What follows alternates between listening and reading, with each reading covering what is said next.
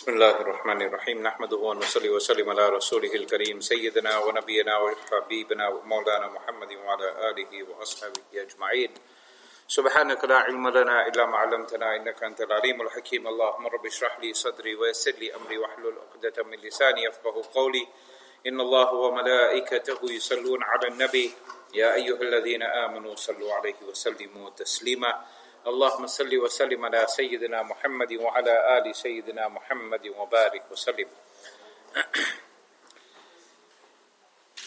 Respected brothers, elders, ulama kiram, hufadh kiram, mothers and sisters, assalamu alaikum wa rahmatullahi ta'ala wa barakatuh.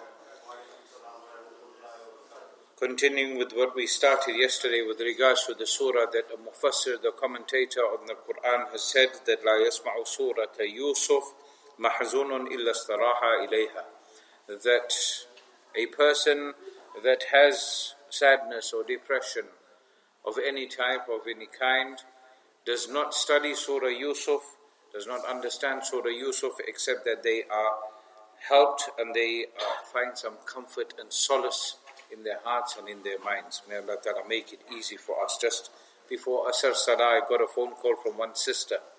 They are very local to this area and they deal with people who have attempted suicide.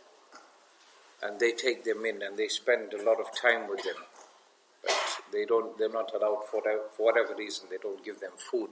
So they contacted us because we run the food bank here. And it's really sad that the amount of people that they go through. And strange enough, and I didn't realize this before at the time, but we had one brother that came here one day. And I wasn't due to come into madrasa that day, and someone kept on insisting, he kept on insisting to the office, please, can you tell Maulana to come, I need to speak to him. And I had to make imamah then. For one salah, I said to him, look, I met him very briefly, I said, look, I've got to go somewhere, you might have to wait half an hour, 45 minutes. He says, I don't care how long, I'll wait for you. And he waited, and then I sat down and I spoke to him. And upon speaking to him, this brother had such good and deep knowledge of Quran verses in Arabic with their translation.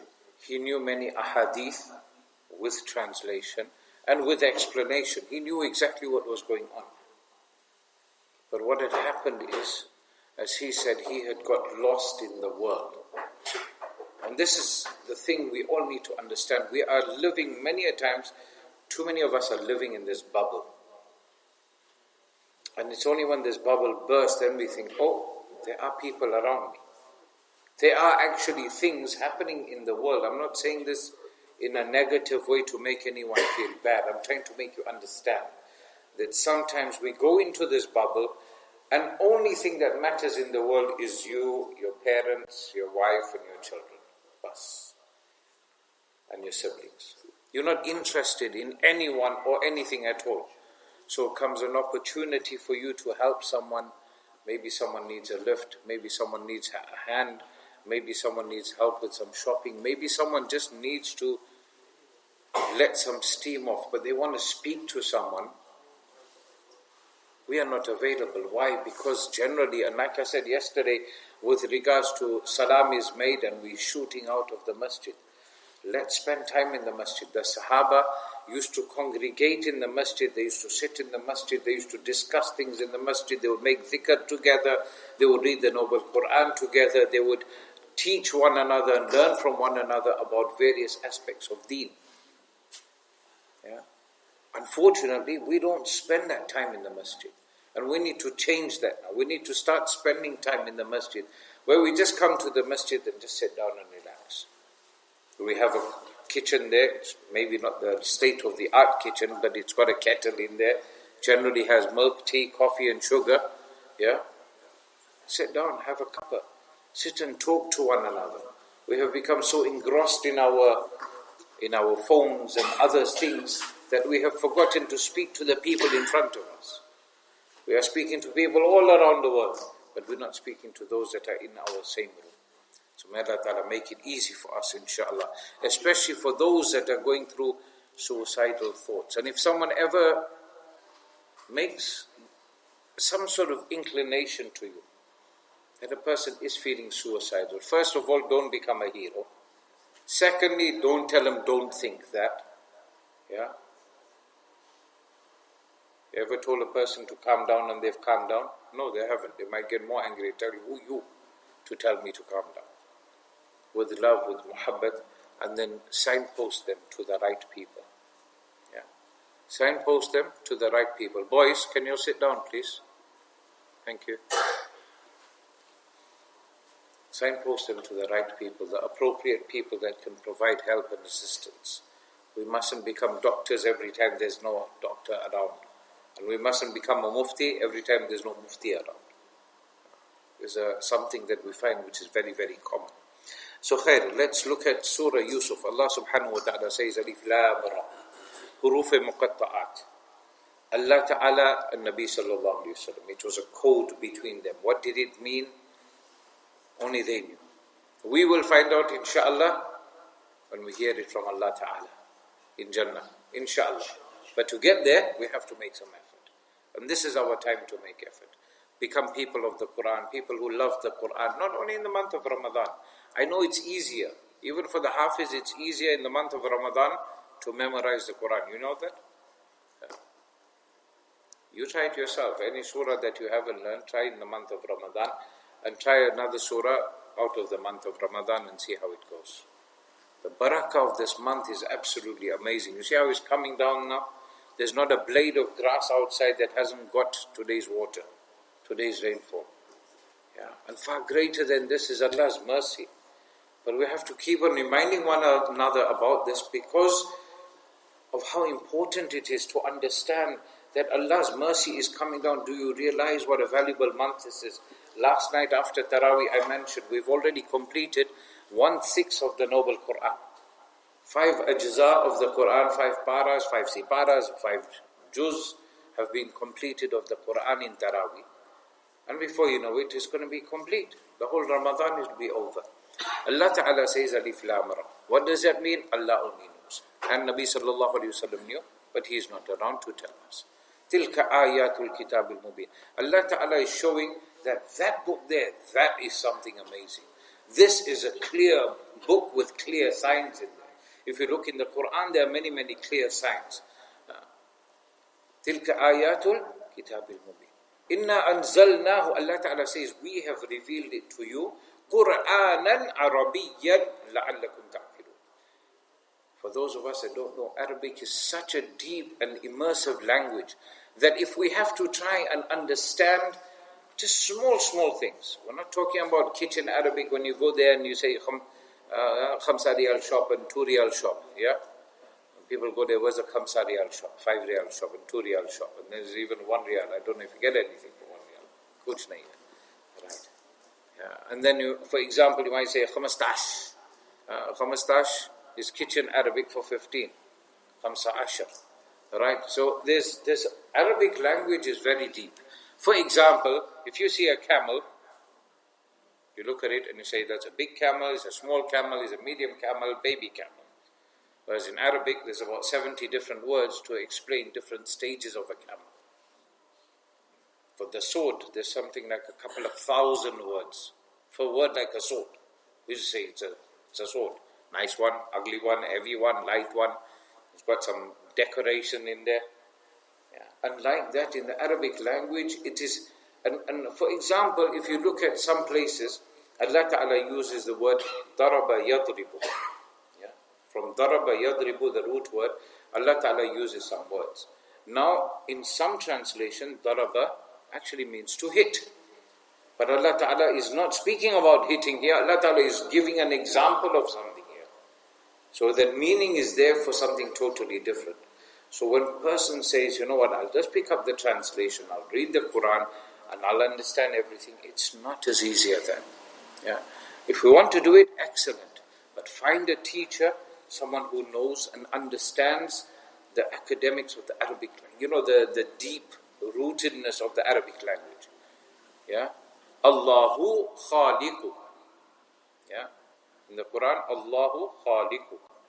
Allah Ta'ala is the creator. Allah khaliqu, Allah has been created. What did I change? A zabar and a zir. A zabar and a pesh. Fatha and a dhamma. By small changes, you change the entire meaning. So instead of a person being, the doer, it is a person who it was done upon. Understand? So that's why it's very, very important to know and understand the Quran. And that's why sometimes you may pick up, and I see our Hafiz Khalid, the fourth Imam, he's very particular this year, and he's picking up even the smaller mistakes, if there's anything. And I noticed he told one of the other Hufaz yesterday, he said, "Look, please be particular about your harakat. Because one mistake like that, and your whole salah is gone. The whole salah would have to be repeated." Understand? So that's how important it is. And once we start paying attention to these smaller details, you'll find that the Quran will be a lot more beneficial to us. So Allah Ta'ala says, we have revealed the Quran to you, O Nabi Sallallahu Alaihi Wasallam, Quranan Arabiyan, in the Arabic language. Why? لَعَلَّكُمْ تَعْقِلُونَ. Allah Ta'ala doesn't say anything without which there is no explanation given of why He said it. Why? So that you may understand. And Allah Ta'ala has told Nabi Sallallahu Alaihi Wasallam that there are many stories. This story, نَحْنُ نَقُصُّ عَلَيْكَ أَحْسَنَ الْقَصَصِ. Allah Ta'ala says, we have told you about the stories. And of the stories, there is the Ahsanul Qasas, the best of all stories, is the story of Yusuf alayhi salam. How many times have we heard this story in our life? How many times have we got bored reading it, even in Arabic? You never get bored. Yet you read your favorite, back in the days, aunties used to read Mills and Boon. I don't know what people read nowadays. Now it's all on the phone, reading status updates. So, no matter what book you read, no matter how many times you've read it, eventually you get bored of it. If a person, for example, in this day and age, movies are more the thing than books, reading. A person will watch a movie and they'll watch it 5 times, 10 times, 15 times, 20 times. Eventually you get bored of it.